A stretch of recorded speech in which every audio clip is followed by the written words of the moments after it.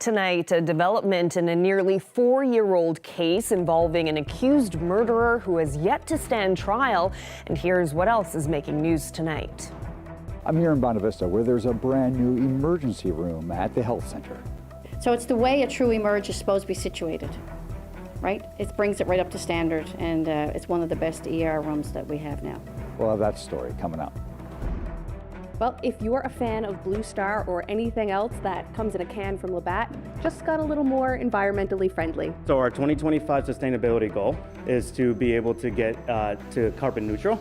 We'll tell you more coming up on Here and Now. The province's first indoor dog park is set to open in Mount Pearl tomorrow. I'm Jeremy Eaton, me and the dogs will give you a tour coming up. This is CBC Here and Now.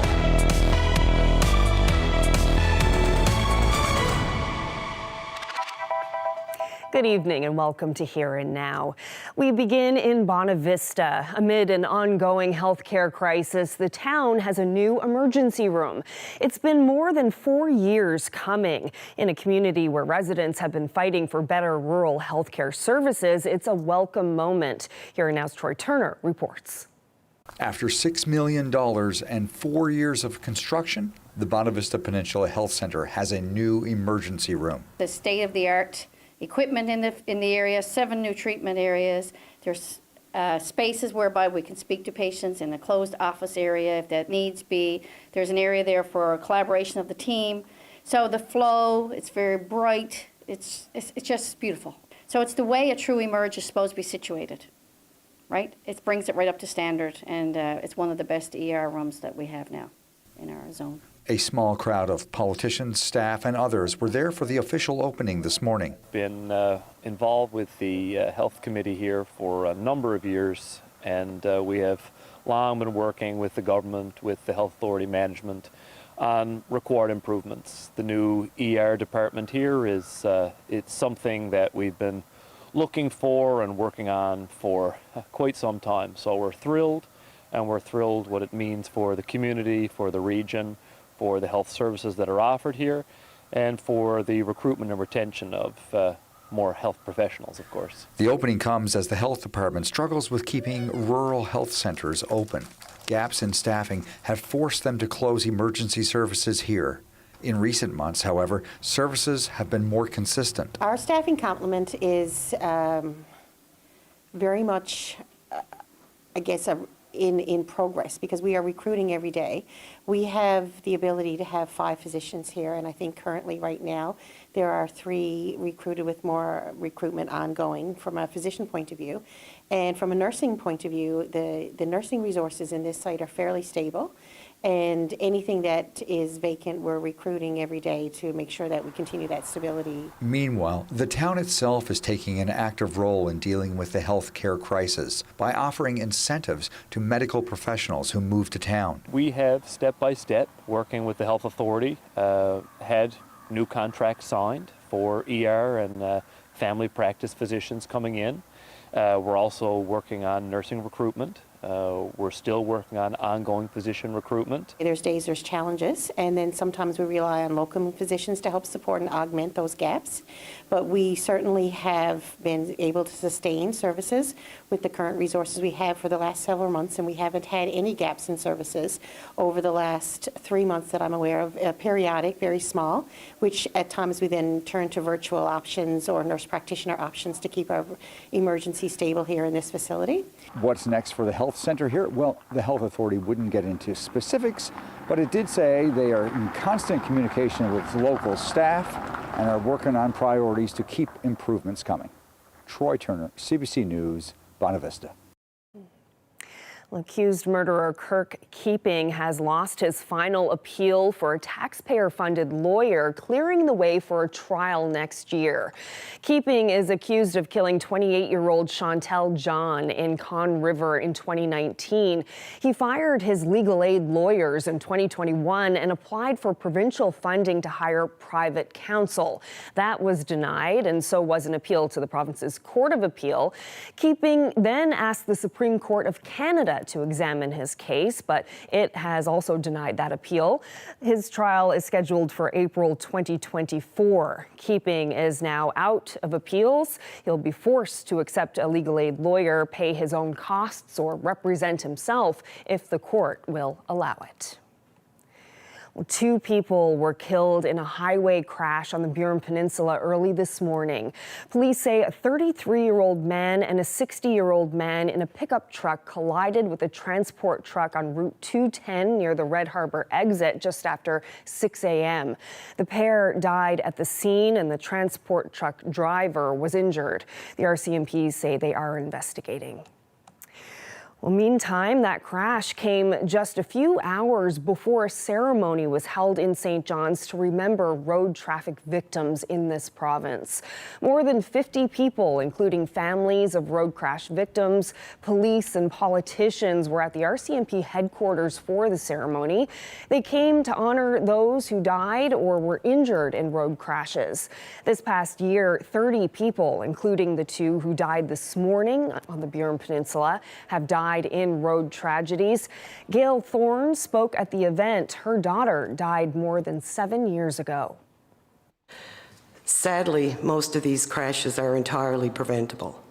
Most caused because of the reckless decisions of the drivers, as was the crash that killed my precious Hannah. July 17th, 2016, in a blink of an eye, Hannah lay lifeless in the passenger seat of her grandmother's car.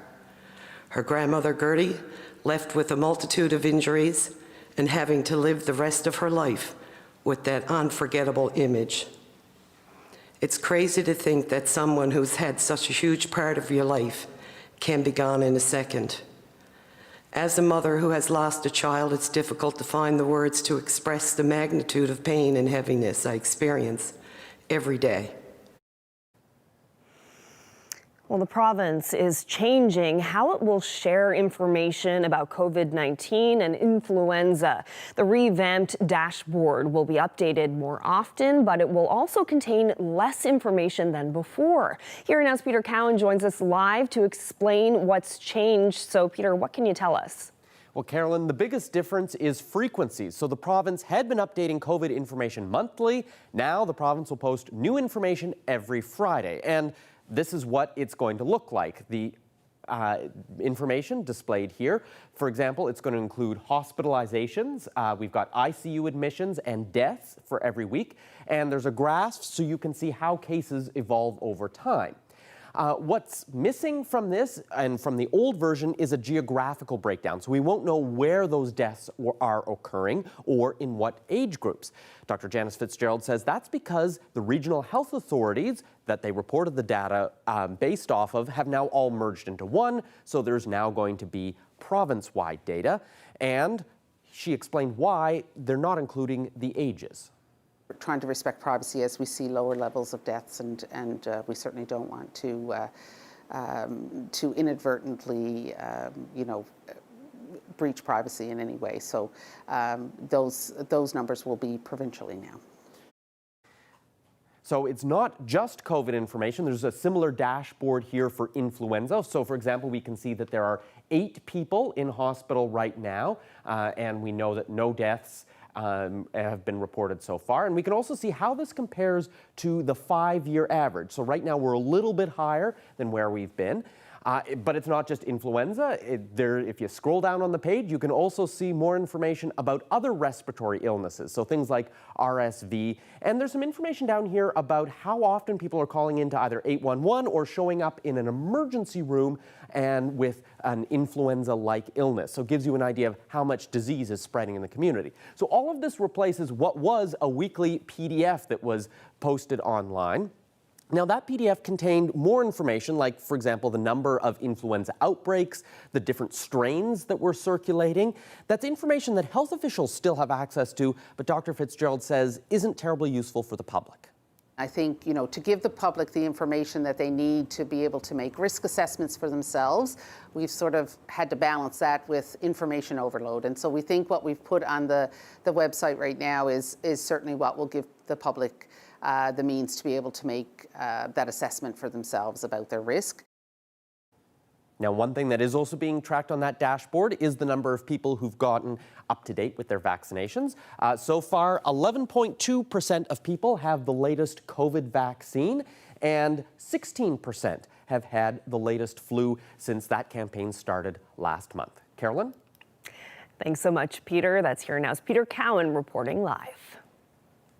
Well, in its nearly 50-year history, there's never been a strike or a lockout at Newfoundland and Labrador Hydro, and that streak is still intact. That's because the more than 600 unionized workers at Hydro have accepted a new collective agreement. The deal includes annual pay increases of 2% over 4 years. Those increases are compounded each year, and that's in keeping with the pattern set by other public sector unions. But there is more. Workers will also get an extra 5% increase to bring them on par with utility workers in the Maritimes. I don't think I'd call it a windfall, but it's just a matter of bringing them to where they should be in comparison to other people in the industry. You know, we are a utility industry. We are a Crown Corporation, but we deserve, I've always said this, that we deserve to be paid the same as other people in our industry, and that's where we'll be.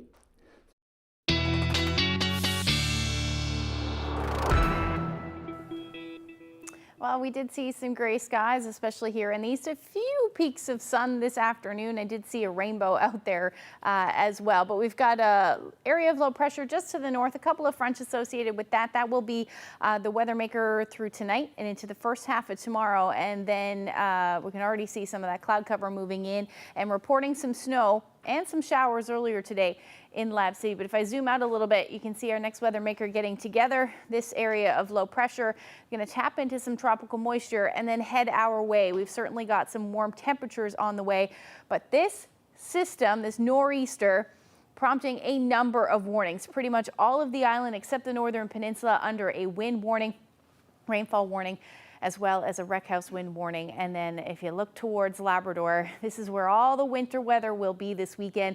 Snowfall warnings as well as winter storm warnings, and then even some freezing rain warnings for parts of the southeast portion of Labrador. I'll break all of the details down for you when I come back. Wow, that is a lot of warnings. Thank you, Ashley. Well, St. John's Brewery wants its products to be better for the environment, starting with the packaging. Here Now's Heather Gillis took a tour of Labatt's facility earlier today to learn more. You've heard of 99 bottles of beer on the wall, and at Labatt Brewery, they've got a lot more than that. 48 million brewed here at the St. John's production facility each year. More than half of it these days is bought in cans.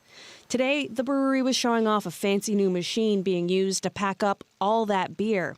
And Ruud Coda is Labatt's general manager for Atlantic Canada. So we decided to spend $10.5 million to basically remove 3 packaging pieces of equipment, which I'll call packer. So if you hear me say that a couple times, what we did is we took 3 of them out and put 2 new ones in that can run both bottles and cans. It means the brewery can nix all those plastic rings that hold cans together and now package its beer in cardboard boxes of 8, 12, and 24. The cans funnel through here. The packer flips open the box, fills it up, and then pushes it down a conveyor belt, packing up to 90 cans a minute. Coda says they've been planning the project since March. The company had to stop production for weeks to install the new machines, but brewed extra, so they didn't run dry. To stock up, and also we knew cans was a bigger concern, so we ran actually 2 weeks back-to-back of cans to get ready as well. He says the new packer will help the company reduce its impact on the environment, moving closer to their 2025 goal of being carbon neutral. It's a change the mayor thinks will be good for the city landfill, saving 30 cars worth of plastic annually. As we extend the life of the landfill, we too are able to pass those savings on because the landfill doesn't have to be closed, doesn't have to be taken care of, and then we don't need to build a new one because they're not cheap to build. Labatt says the change from plastic rings to cardboard is going to save 24,000 kilograms of plastic each year. Heather Gillis, CBC News, St. John's. Well, the owners say it's the province's only indoor dog park, and they're getting ready to welcome the park's first four-legged friends tomorrow morning. Zylo's Canine Kingdom will open its doors to the public after growing from an idea 5 years ago. The space will house a doggy daycare during the weekend, but in the evenings and on Saturdays, it's open for any pups who want to come for a romp. The CBC's Jeremy Eaton stopped by for a look. For many dog owners in this province, when the snow falls, there tends to be a problem of finding a place for your dog to play. But one business owner in Mount Pearl seems to have found a solution. Now, that's something that you may not have known about, so let me tell you. Here you go, there you go. We are sitting in the first indoor dog park for Newfoundland. It's Zylo's Canine Kingdom. My German Shepherd, Zylo, is the reason for starting this idea. 5 years ago, when I got him as a puppy, I was training outside, walking him in the fall. It was this time of year, and it was terrible weather. And I used to think, I can't believe there's nowhere to take your dogs inside to be able to play. There's lots of public dog parks, but when the weather is bad, there's nothing. Go get it. I did some house visits, dog walking for the last 2 years. I had a great clientele. I did really well. This was my dream. This time last year, I kind of said, okay, let's jump and see what we do. So now we're here. Good boy, good girl. The big thing is the rules will be enforced. There's somebody here all the time when the park is open, when the daycare is open. There's somebody here to supervise all the time to make sure that everybody is happy and everybody's getting along. If there is an aggressive dog, they will be asked to leave. If there's a dog getting a little bit over hyper, they will be asked to kind of take a break. Owners still have to pick up after themselves, but there is going to be mops and buckets and poop bags and places to dispose of the garbage, and then I dispose of it weekly with a garbage pickup. But one of the other big rules is vaccination records. Dogs have to be vaccinated to be able to come in here. Once I know how it's working, if I'm crazy busy, hours will change and I'll hire on extra staff so that there's somebody here to accommodate longer hours on the weekend, the extra day on the weekend, things like that. Gonna get it, go get it. I've wanted it myself. It started off with me wanting a space for my dogs, so I know how much I wanted it as a dog owner. So to be able to offer it to all the dog owners here, it's going to be great. It's really going to be bittersweet to be able to say, hey guys, come in here and let your dogs run around. A baseball player from Holy Heart High School in St. John's is about to make the leap to a big baseball school in the United States next season. I'm going to represent my family and then the province well while I'm there, be able to travel and play different universities and stuff, so that's pretty exciting too. We'll tell you more about that story coming up. We've got a nor'easter moving our way this weekend. Not all of us are going to see bad weather though, especially through tomorrow. I'll get into all the details coming up.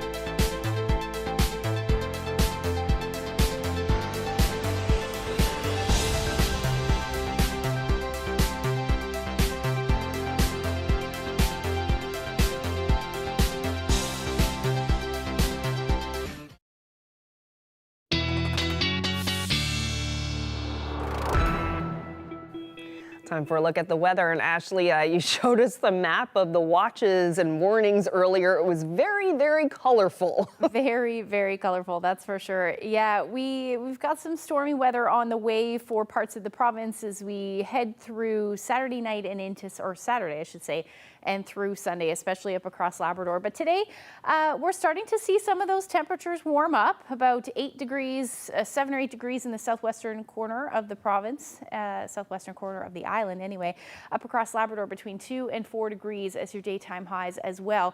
And these temperatures are just going to continue to warm up, especially as we head through tomorrow for a good chunk of the island. So we've got lots of cloud cover up across Labrador. Like I said, some flurries or showers being reported this afternoon through Lab West, and that will continue along a cold front, continue to track further east as we head through tonight. And other than that, fairly quiet night tonight across the island. You'll see, or across the province, I should say. So the flurries or showers will work their way towards central Labrador by the time we get into midnight hour, and then same thing towards the coast. This is out ahead of a system. This has nothing to do with the area of low pressure that's going to move in through the weekend. Now, as far as the island is concerned, we're going to see that shift to more southerly flow, and that is going to bring some of those warmer temperatures with it as well. So overnight lows tonight, really not dipping a whole lot, especially for the southwest. You're going to stay in Port Basque, you're going to stay around the 7-degree mark, but the winds are going to ramp up just a little bit. Southerlies between 30 to 50 kilometers per hour. Otherwise, between 1 and 2 degrees across the island. And for Lab City, you'll sit around -8. And again, that's because you're going to see that flurry activity move in. Now tomorrow, we will start to see some of that rain move in for the west coast and along the strait as well into Labrador, so southeastern portions of Labrador. That is pretty much where we're going to see the rain for a good chunk of the afternoon. All of the island, the rest of the island, it'll actually be a pretty nice day through tomorrow, at least to start anyway. Winds a little breezy, 50 to 60 kilometers per hour. You'll note we'll start to see some of the colder air move into the north, so that line from southeastern Labrador rather, where you are going to see some snow accumulation, but to the south of that it will be rain. Now, we won't see the rain until later on in the evening, and it'll eventually spread across the island. This is also when we are going to see some of the strongest winds develop. Wreck House area, upwards of 150 kilometers per hour. Along the south coast of the island, 100 to 120 kilometer per hour winds certainly possible. And then after that, the wind will continue into the early morning hours for eastern areas of the island. So this is where we're likely going to see between 6 and about 9 a.m. the heaviest rain for the Avalon and the strongest winds. This is when we'll likely see those winds gusting anywhere from 90 to maybe even 120 kilometers per hour. But by the time we get into Sunday afternoon, those winds will ease. Now, Labrador, you're going to hang on to the wind as well as some fairly snowy conditions as well, and that won't really taper off until we get into Sunday evening. Now, as far as the rainfall amounts go along the south coast of the island and along the strait, we're talking about the potential for 50 to 80 millimeters of rain. Most of the west coast, anywhere from 30 to 50. Same thing for Burin Peninsula and southern Avalon. Otherwise, we're talking about 10 to 20 millimeters of rain. As far as snowfall is concerned, it will be significant, particularly around the Eagle River area and then up towards the coast. We could be talking about 30 to 60, maybe even 70 centimeters of snow. The heaviest of that will likely fall in the upper elevations, the higher elevations. Now, as far as your temperatures are concerned, I told you the first half of tomorrow looking pretty nice for a good chunk of the island, 11, 12 degrees with those winds setting anywhere from about 30 to 50 to start. And then up across Labrador, your temperatures will be into the single digits. Well, Ashley, I guess some good advice would be not to spend Saturday raking up any leaves because with all that wind coming, it's just going to be a big old mess again on Sunday, right? It certainly will. That's a good idea. Yeah, enjoy as much of Saturday as you can. Yeah. Thanks, Ash. No problem.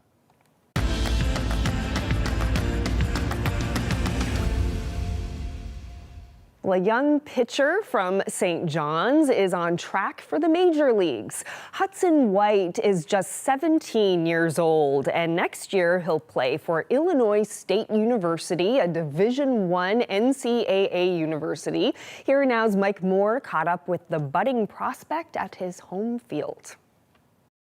All right, Hudson, so tell us about your start in baseball. You know, when did you first pick up a ball? Where did you first start playing? So I've been playing baseball now for as long as I can remember. I started off in like your local community baseball and played with St. John's all throughout and like their all-star programs and stuff like that. I didn't start taking it seriously until around 4 years ago now, and then that's really when I started like taking notice of my abilities and then really laying down and getting to work. The big news is you signed with a D1 school. For those who don't know, how big of a deal is that? It took a lot for myself to actually understand how big this opportunity is as well. But I mean, it's kind of hard to explain unless you understand the concept of college sports. And I didn't really get it myself until I first got exposure into the U.S. But like everything down there is wrapped around college baseball. So that's what you're really working towards as you're playing amateur sports, is to be seen by these college coaches and then hopefully get the opportunity to play at their schools. They draw in a lot of exposure, and throughout all of their like winter and fall practices, they'll always have MLB scouts in attendance and stuff, so that will always be on the back of my mind as I'm there too. What are you planning on studying? Kinesiology. Okay, big baseball school in the States, it's D1. Are you thinking, school first, or are you thinking maybe this is the next step towards the show? Oh, absolutely. I mean, that's definitely playing on the back of my mind, but I made the decision to go to the school, so I'm definitely going to put that as my priority first. But they do, again, a good job of like making sure that is balanced. What are you looking forward to most when you get there? I was always like fortunate enough to be able to represent Newfoundland and the province well at different national events. So I'm going to represent like my family and then the province well while I'm there, but I also get to represent a whole school and be able to travel and play different universities and stuff, so that's pretty exciting too. I've had the good fortune to be a hybrid when I play Newfoundland. My dad's people were from Burgeo. It's always felt like I've been coming home. And he's coming home to a sold-out show in St. John's. Just ahead, our Zach Gowdy catches up with comedian Ron James.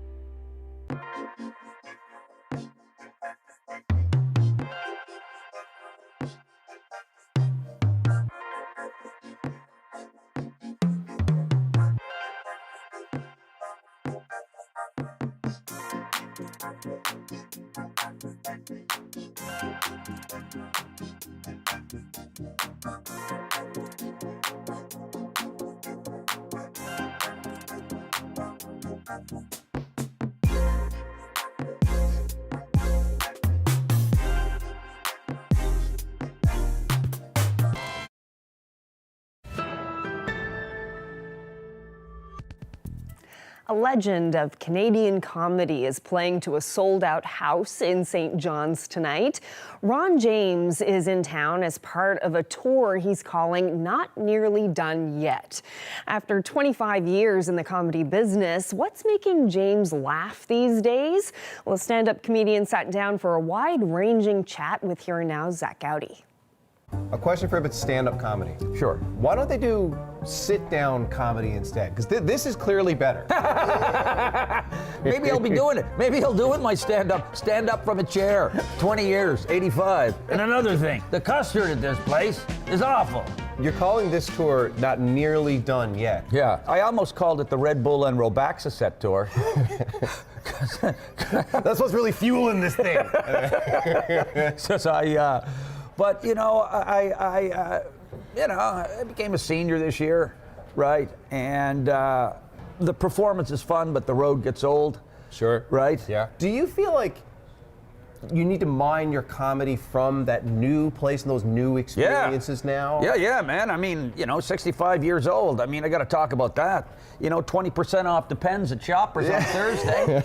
But be careful taking it off because you throw your back out. Anyway, it just, sure it is, and you got to tackle the topics too, of people passing away and the impact of that. And, I lost my dad. I don't think I've played here since I lost my father, and he was just a feisty little Newfoundlander, and he was only, and the older he got, the shorter he got. And so by the time he was 85, he was about 5'1", and he could run under the kitchen table without hitting his head. He was the best little guy. He could take a joke and he could tell a joke. And our kitchen, like so many Atlantic Canadian kitchens, was just filled with people, right? And telling stories and talking, and Mom can do 2.5 hours on the color beige after just one cup of tea. So I've been cognizant of time passing, and I want to make the moments matter. So where does your comedy come from now? Like, give me an example of the last time you noticed something or saw something, you're like, ooh, there's a bit there, that's going in the show. Well, that's a great question, and it's a marriage between the heart and the head, how you feel about something, and then how you construct it, with its beginning, its middle, and an end. I got an awful lot of stuff from talking to people, That's why I always say when you play Newfoundland, I don't know why people pay to see a comedian here, because, 3/4 of the people living here are 10 times funnier than half the folks in my line of work. I put 3 years in chasing the sitcom dream in an earlier incarnation in Los Angeles. I was married at the time, and my eldest was 18 months when we went. She was almost 5 when we came home, and we went down to do a series, and it was canceled. And I was out of work for 11 months, and that was the real crucible that I was an actor in those days, right? Yeah. And I had time to do a lot of soul searching down there, what I wanted to get out of life. Right. And I didn't want to be reading somebody else's lines or auditioning for somebody else in order to validate my life and feed my family. And so I came back and wrote a one-man show about it up and down Shaky Town, took the best jokes out of that and started Amateur Night again. And I made a promise to myself that I would make it work here. I wanted it to work in Canada. I've been pretty fortunate to have pulled a living from the big wide open, and I say from Corner Brook to Courtney Comox, and I feel so fortunate now. I mean, this particular Atlantic tour, all these theaters have been sold out. I mean, the only direction any television network wants to see a fella with white eyebrows walking is out the door. So, me and Lisa LaFlamme have been playing shuffleboard at the Legion. So I'll fuel the muse. We're all there just looking for laughs in a squirrely world. So I'm really glad you're attending. Thanks a lot. Really glad to hear you. God bless you. That was a lot of fun. See you later, everybody. Now I need the remotes to turn them off. Oh, yeah, there you go. I'm all the way over here now.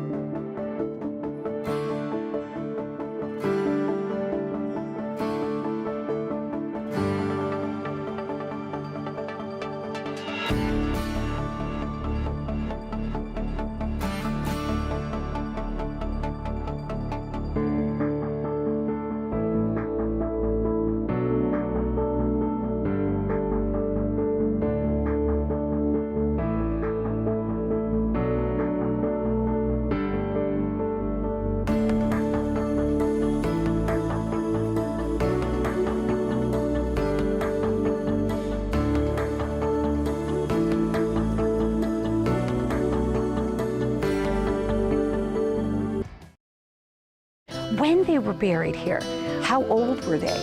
Uncovering the history of a little-known cemetery in Gambo. Watch Remembering the Mi'kmaq, Sunday at 11:30 and Monday at 7.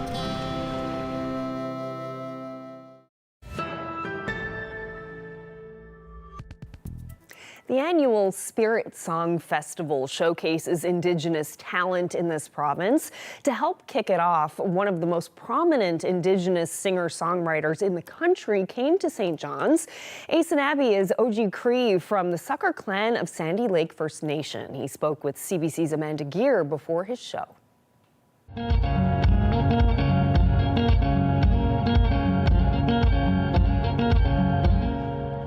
I'm Asenabi. I'm an OG Cree singer-songwriter from Sandy Lake First Nation. It's been an incredible year and a half of just nonstop going. I signed to Ishkade like two years ago now, and you know, since the record didn't come out till November 4th of last year, but like it's been nonstop. It's been nonstop. So you'll have to ask me. I get asked this question, and then I'm always like, "Oh, ask me next month when I have time off." And then I'm like, "Ask me." Oh, actually, now that time's full. Ask me that next month. You know, just taking it day by day. Honestly, like I kind of like moments like today where we actually took the afternoon to go by the ocean and kind of just reflect a bit. You know, I think that's where I kind of find a little bit of you know. Just a little bit of reflection there, just because like it's easy for me to get tunnel vision and just be like, this is the next thing I got to do, and this is the next thing I got to do. But yeah, you know, I'm really like, I have so much gratitude for getting all this recognition from my peers, and it does mean a lot.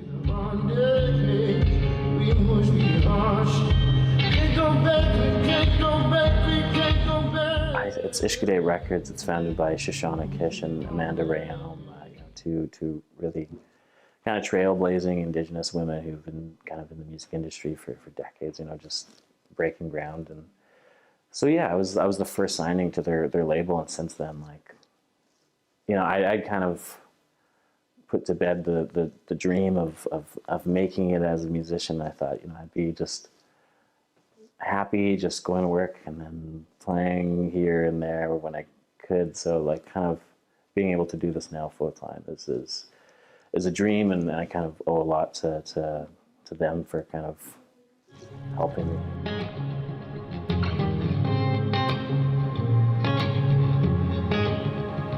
I've worked up in the wilderness, and kind of we all had this kind of near-death experiences, which kind of were kind of normalized just by being in the wilderness. You know, someone sawing their leg open and having to like hike 9 kilometers out, someone, you know, getting you know, charged by bears, and all these different things, and we always kind of joke about it. But you know, I think I worked this job and I'd fallen through the ice, and I kind of had this experience where, like, you know, that one was not as easy for me to kind of laugh about, because like I've had 2 family members who frozen to death, and that was going through my mind, and you know, breaking through the ice and thinking of myself getting sucked under, and you know, my family wouldn't be able to find me till spring. You know, that happened to my uncle, and you know, the whole time you're just like, oh, maybe he's still alive out there somewhere. And that whole thought really kind of, you know, if I was going to put my family through that, like kind of made me feel like, what am I doing here? And so, and I made this promise to myself, if I got out of there, I'd do what I feel like I was meant to do. And so made it out of there, and I moved to the big city to go try and be a musician.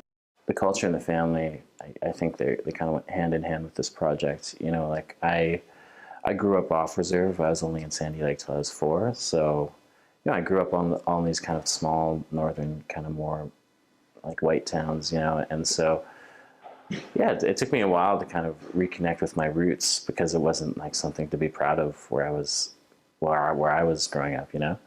And that's why it was so interesting moving to the city and kind of being, wow, it's so different here to be Indigenous in the big cities.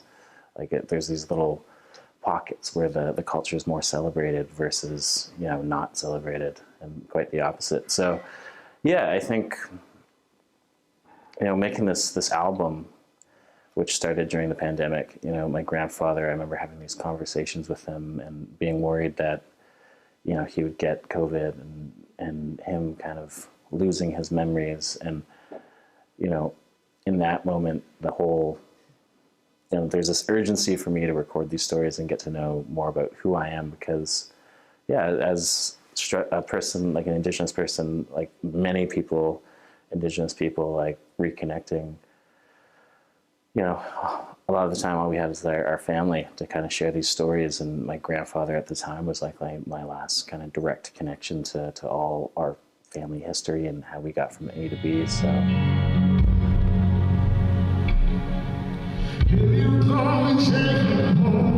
It was a journey for us both, for sure. Like, honestly, like, it was like, obviously I knew he like had been to residential school, and I had never really asked about his experiences there because of where we come from, and because we're both from the north, and, you know, there's this whole idea of what it means to be a man, and you know, so you don't talk about your feelings and stuff. And so like we kind of had this breakthrough during the pandemic where it was just us talking and just being completely open. And yeah, you know, I think the biggest thing to come out of it was like my grandfather, before he passed away, like had decided that he was like ready to kind of move on and like forgive and move on with his life, which I don't think happens for many residential school survivors. But I think because he shared his story, and because suddenly like all the people around him were like, oh, like your grandson's here and just telling his story, and then like we listened to the record and we read this about your story, and so he was more like able to like speak about it more openly, and I think he just got like this, like, I'm not sure if validation is the right word, but he definitely got like closure.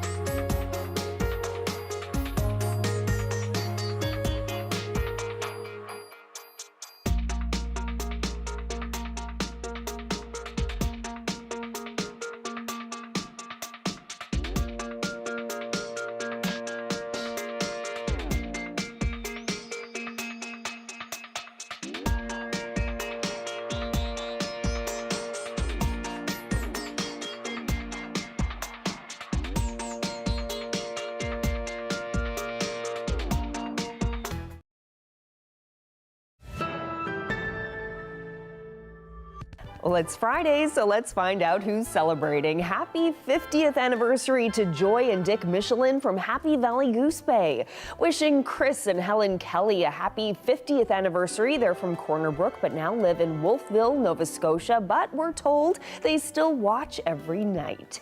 Happy anniversary to David and Claudette Party, who are celebrating 60 years of marriage. Congratulations to Jack and Verna Baker of Brown's Arm, now living in Lewisport. They're celebrating their 72nd anniversary.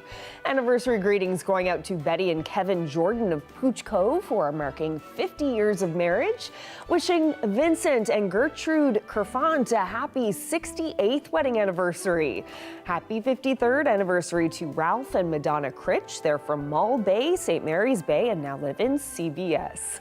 Happy 50th anniversary to Doug and Irene Parsons of Bay Roberts.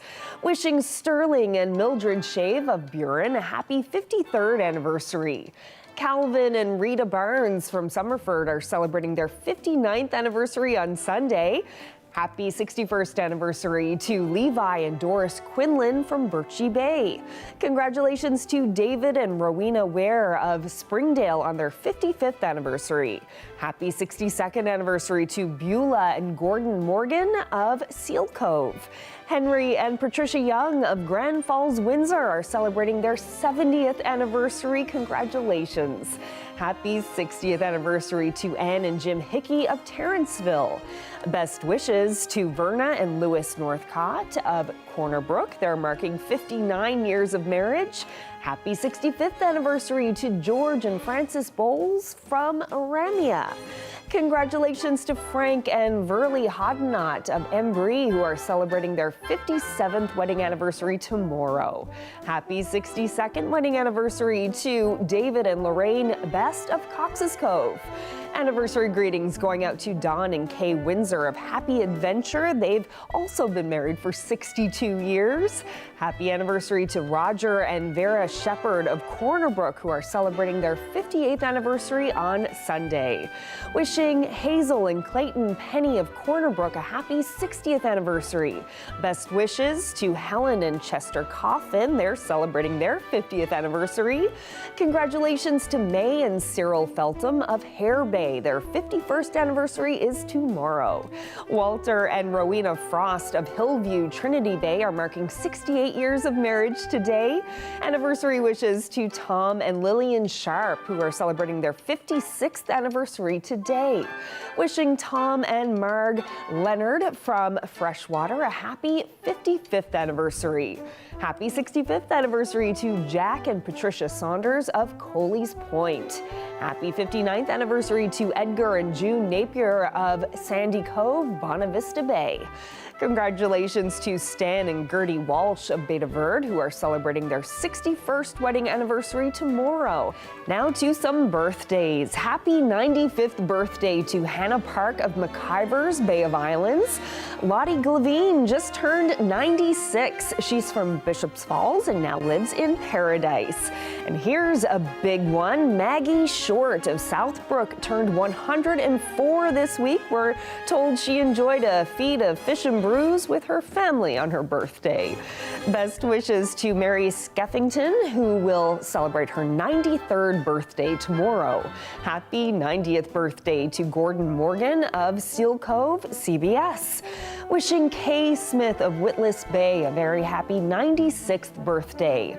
Happy birthday to Doris, also known as Dot Evoy from St. John's. She turns 90 tomorrow. Birthday greetings going out to Selby Moss of Happy Adventure, now living in Gander. Selby just turned 92. Happy 90th birthday to Bernice Noseworthy of Wesleyville, now living in Paradise. Wishing Frank Oak of Long Island a happy 91st birthday tomorrow. Best wishes to Adele Cheeseman, who's celebrating her 99th birthday. Happy 91st birthday to Roy Spicer of Diamond Cove, now living in Port aux Basques. Wishing Dolores Adams from Comfort Cove, Newstead, a very happy 90th birthday. Happy birthday to Ella Elizabeth Walsh from Winterton, now living in Buckins. She's turning 90. And wishing Agnes Bartlett of Marysvale a very happy 92nd birthday. Oh, another fine crowd. Congratulations once again. All right, so now it's time to have a look at the long-range forecast. So I guess looking past all that messy weather that we're getting on Sunday. Yeah, Saturday into Sunday. Sunday's going to quickly clear out and improve, especially across most of the island. But let's just take a look at what's going to happen. So there's your Saturday evening. That's when the majority of the rain and wind will move in. By Sunday morning, we should start to see some of that wind taper off, especially along the south coast of the island. But unfortunately, Labrador, towards the coast and central areas of Labrador anyway, are going to continue to see that snow and wind through a good chunk of the afternoon. That will eventually head off as we head into Sunday evening. You're going to hang on to that, though, towards the coast, but you should see that taper off to flurries.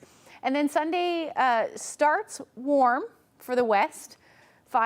Should be into the teens, like 10, 12 degrees, but it will drop like a rock on the west coast, and eventually we'll see that drop in temperatures mid-morning through central as well. And then for Labrador, you're looking at your temperatures hovering around the mid-single digits for the southeast, but the rest of the big land will drop below zero through the day. And another double-digit day for St. John's. You're still looking at the chance of showers in the morning or rain in the morning, and then we actually should see some sunshine as the day goes on. So most of the weather for the Avalon will be through the overnight period Saturday and into early Sunday morning. So for those of you towards coastal areas of Labrador, you will see conditions greatly improve by the time we get into Monday morning. A quiet day for the most part. The winds will ease off. We will see some onshore flow, though, for the west coast of the island, and that means we will likely see some flurries develop, and we may see a few flurries develop again in Lab West as the day goes on. Our temperatures are going to be much colder than they were on the weekend, or than they will be on the weekend. Single digits, 1 to 3 or 4 degrees, a little cooler for the northern peninsula, and up across Labrador, it looks like temperatures will sit into the minus single digits pretty much right across the board. Now, the long-range forecast showing another drop in temperatures by the time we get into Tuesday with the return of the chance of some flurries. Wednesday looking pretty nice at this point as far as sunshine is concerned, but our temperatures are going to be well below where they should be sitting this time of year. And then for central Newfoundland, you're looking at between 1 and 3 degrees looking forward. Tuesday, Wednesday, not too bad, but western Newfoundland hanging on to the chance of some flurries. And that will continue into Wednesday, maybe even a few showers as your temperature hovers around the 3-degree mark. Now for eastern Labrador, flurries or showers by the time we get into Wednesday. And for eastern Labrador, you're looking at flurries pretty much right through midweek. Lovely shot of Old Perlican here. This is a shot that Eugene shared with us. He often shares lots of nice looking photos with us. This one, no exception. Thank you so much for that. If you have any weather photos, we'd love to see them because I didn't get a whole lot of them last night. But if you'd like to send them, you can send them to nlphotos@cbc.ca. I bet all the snow coming for Labrador would make for some very pretty pictures on the weekend. So if you see like a nice pretty scene or lots of cleanup, lots of cleanup, yeah, take a picture and send it along. We'd love to see how it looks up there from the snow. Yeah, definitely. Okay, so it's Friday night. It is. Thank you so much for spending part of your evening with us. I hope that you have a fabulous weekend. Good night.